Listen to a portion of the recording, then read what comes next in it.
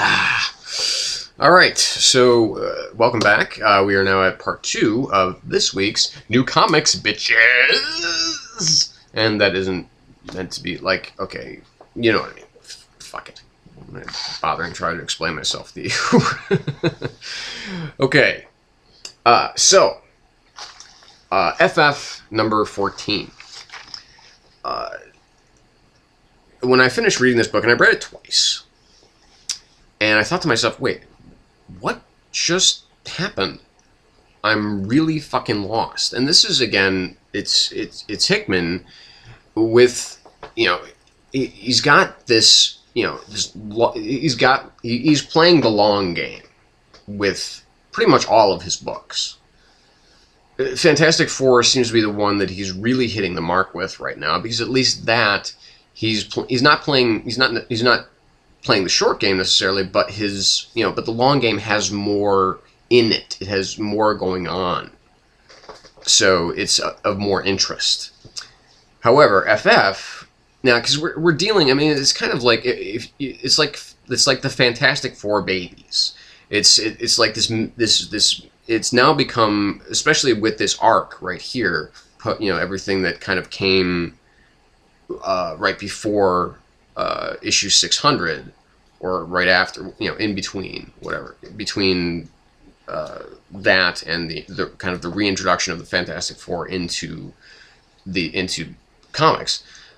It's just like, oh god, and I'm starting to admire how Hickman is really he's keeping this book very separate from Fantastic Four, but at the same time, it's losing a lot of momentum due to that difference. Now, again, the same thing as with the Ultimates. This issue is better than what I've seen before, because the last couple of issues have really bothered me. I shouldn't say really bothered me, but they do bother me in the sense that it's like, I just wish that there would be some level of, just basically a creative level that they could stay at and keep, basically just, when somebody's good, I want them to keep doing other good titles. I want all of their stuff to be good. Instead of, okay, well, because it seems like Hickman he's stretching himself too thin. It seems like this book needs another writer. That's my thought. Is that I think that despite what Hickman may have in store for this, I think it just needs not a better writer. It just needs a different writer. Someone who does see inherently what was cool about FF, and continuing down that kind of cool road. Because again, we've got a lot of high concept ideas going on in this book. The adventure itself that's going on in this arc, it's too bizarre.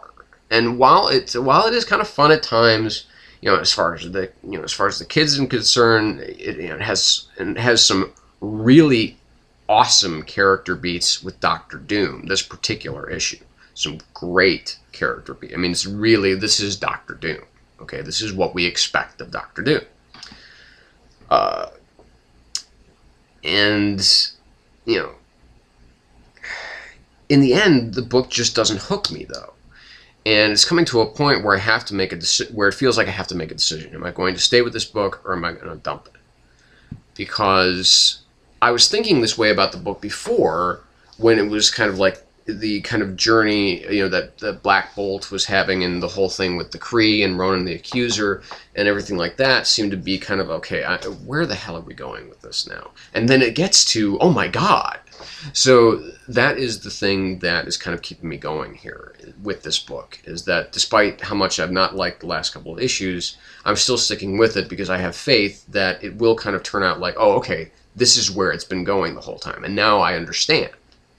So that's where we're going. But again, Juan Babillo's art in this comic, it's just not good, and I want him to have a different artist, for fuck's sake. I mean, it's just because it's hurting the book to me. So this was a 3 out of 5, barely above a 2.5, because it is better. mostly due to those great character moments with Doctor Doom. But it's just not there. It just, you know, like I said, if it's working towards something, then I'll forgive it later on, like I did with FF.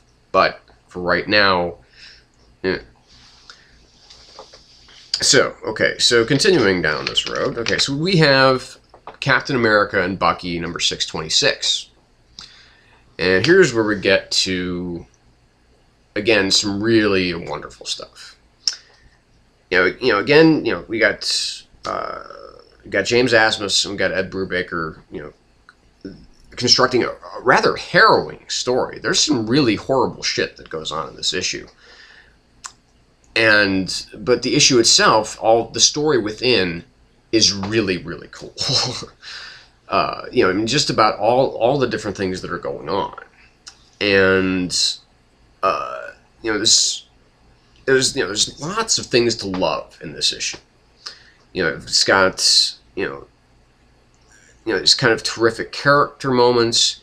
The really smart plotting, very, very well, very smartly paced.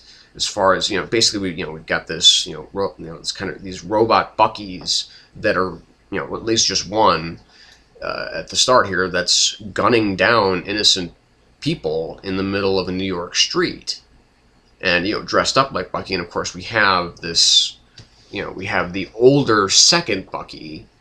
And that's another thing that I think is particularly smart about this particular issue and this particular arc that we have going on here right now, is that the narrative, the person that we're following, the narration, is really, we're looking at this from the point of view, for the most part, of the elder former Bucky, Fred. And that's really cool to have someone who's, he's part of this world, but he's very, very out of touch with it. And that's not a bad thing for this comic. We need somebody who is an outsider to be looking in and seeing all of the chaos that's erupting around him. And not because of him, but he is very specific to what's been going on here. But the real...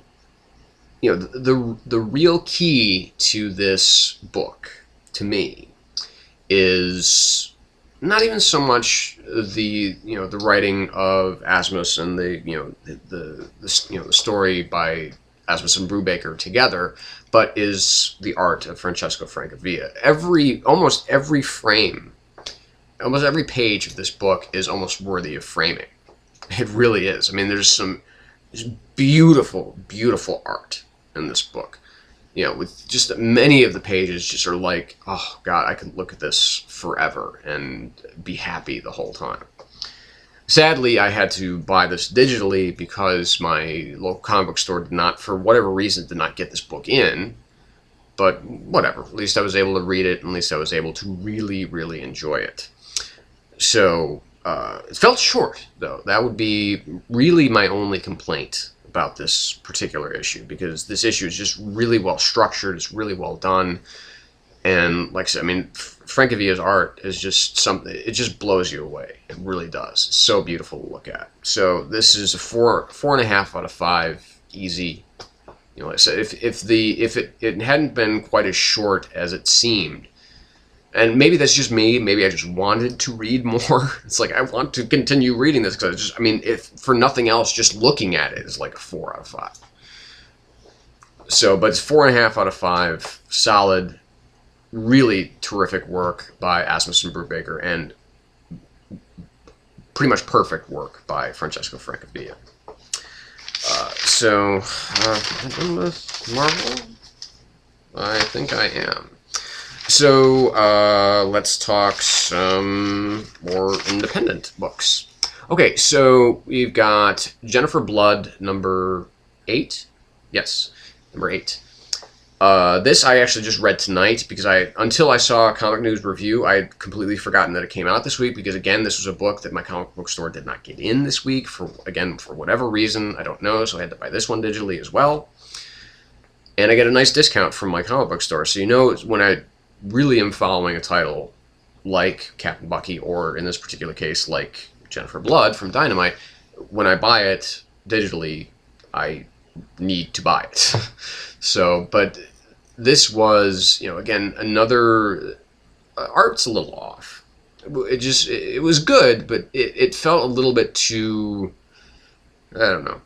But it's still good. And again, Al Ewing, who is personally selected to take over this book by Garth Ennis, because Garth Ennis is moving on to, well, not moving on, but just kind of sidestepping for a bit, for at least a while, and hopefully for a long while, to write the upcoming Shadow series for Dynamite, which I can't fucking wait for. That's April. I gotta wait until for that one. But that was like, as soon as I heard about that, I mean, as soon as I heard, okay, we've got an actual date for when the fucking book is coming out, I you know, went to my LCS and I said, please put this on my pull list and get me like every variant cover that you can. Because, you know, covers by Cassaday, by Howard Chaykin, you know, just, you know, Alex Ross, of course, just, I can't wait.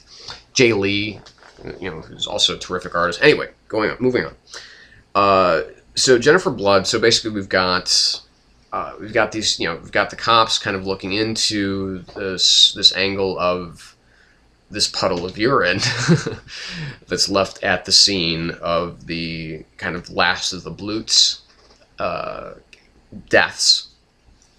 And of course it's the next door neighbor who basically, you know, kind of tried to, not rape, but you know, I guess that's really the best word for it. It kind of tried to rape our Jennifer, and which was not a smart thing to do for him.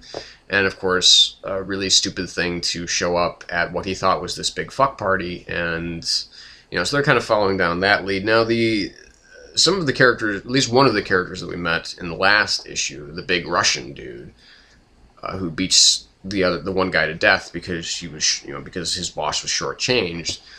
You know, we've got the whole kind of you know, this kind of, that these people, they want justice, they want revenge for their daughters being murdered by Jennifer Blood. You know, the girls who were known as the Ninjettes.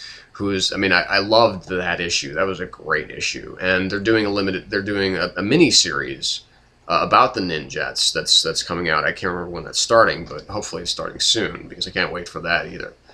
And that's going to be written by Ewing as well. So Al Ewing is doing a fantastic job of keeping this book going in the direction that it was, not straying from the narrative structure, not, you know, he's obviously very familiar with the characters, and we've just got some really interesting stuff going on here and in this issue.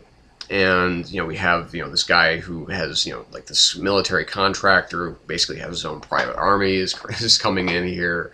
And so, I mean, you know, Jennifer Blood is not the Punisher. This is not someone who is absolutely 100% dedicated to the war.